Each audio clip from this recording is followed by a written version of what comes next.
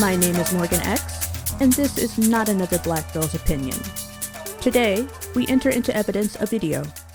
The scene is a so-called peaceful protest in Detroit, a demonstration called the No Kings Parade.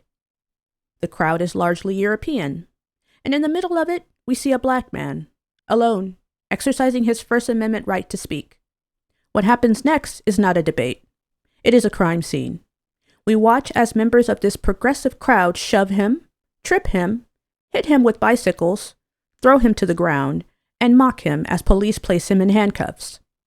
Today, we are putting that crowd on trial. The charge is not merely assault. It is an indictment for the public display of historical and violent white entitlement. The belief that they have the authority to physically discipline and punish a black body that steps out of line. First, let's be unequivocal about the man at the center of this case, Andre Williams.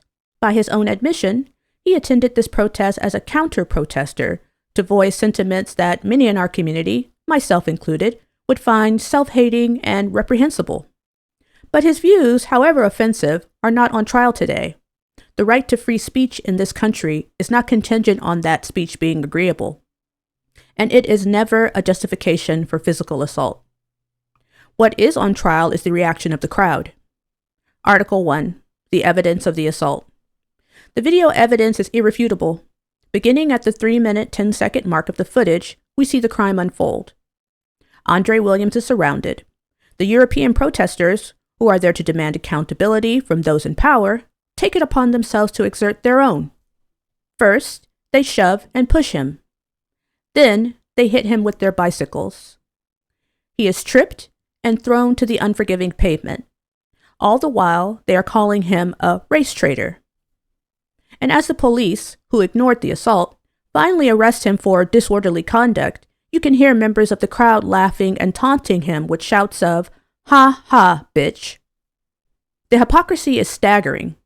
They were there, supposedly, to protest against unchecked power, yet they became the very thing they claimed to oppose.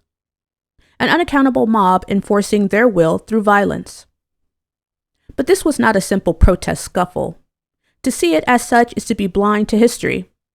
What we witnessed was a ritual, a public performance of racial dominance that is as old as this country itself. This leads us to Article 2, the historical precedent. Watching that footage, I was reminded of another image seared into our collective memory. The photograph of a 15-year-old Elizabeth Eckford, walking alone, surrounded by a mob of screaming, hateful Europeans, on her first day of school in Little Rock, Arkansas. Look at the faces in both scenes, the sneering mouths, the self-righteous anger, the absolute certainty in their right to terrorize a black person who dares to stand where they believe they do not belong. The so-called progressives and Antifa members at the protest may fly a different flag, but their actions were born of the exact same entitlement. They saw a black man expressing views they deemed unacceptable, and they felt they had the authority to put their hands on him, to physically correct him. They had no such energy for the other Europeans in the crowd who may have disagreed with them.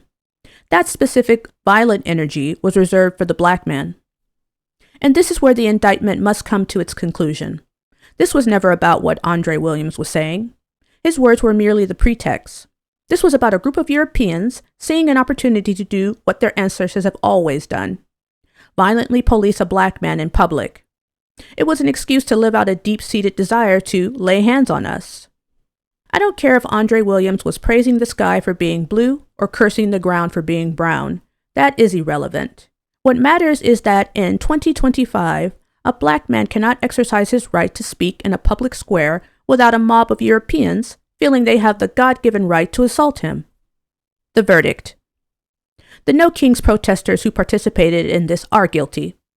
Guilty of assault? Yes. But more profoundly, they are guilty of perpetuating the very cycle of white supremacist violence they claim to oppose.